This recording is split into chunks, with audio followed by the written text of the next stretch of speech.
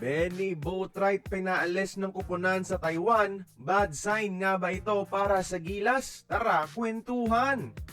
Unti-unti nang nagiging batas ang pagiging naturalized player ni former NBA player Benny Boatwright para sa Gilas Pilipinas, mga idol, sa pag-usad ng proseso last year.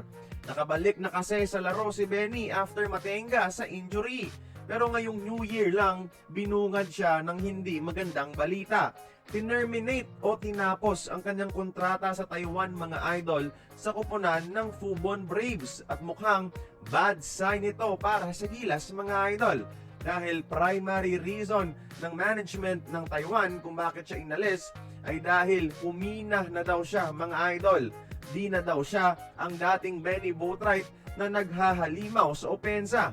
Ngayon, mabagal na daw siya at may kalawang pa sa matagal na pagkatenga sa injury. Nagiging liability na rin daw siya sa depensa sa Taiwan Basketball League, kaya minabuting tanggalin na lang siya sa kupunan.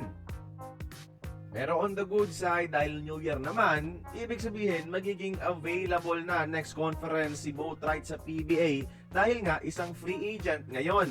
Makakabalik na siya sa ating pambansang liga kung saan pinamalas niya ang kanyang galing na nagresulta pa mismo sa pagkuha sa kanya ng SBP bilang next naturalized player ng ating national team.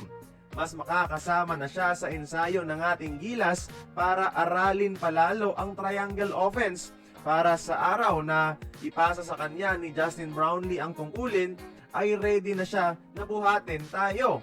Normal lang din naman, mga idol, no, na mga lawang dahil hindi rin biro ang injury niya. Pero once nasa kondisyon na siya ulit, siguradong manunumbalik ang dating lakas ng isang Benny Boatwright, mga idol.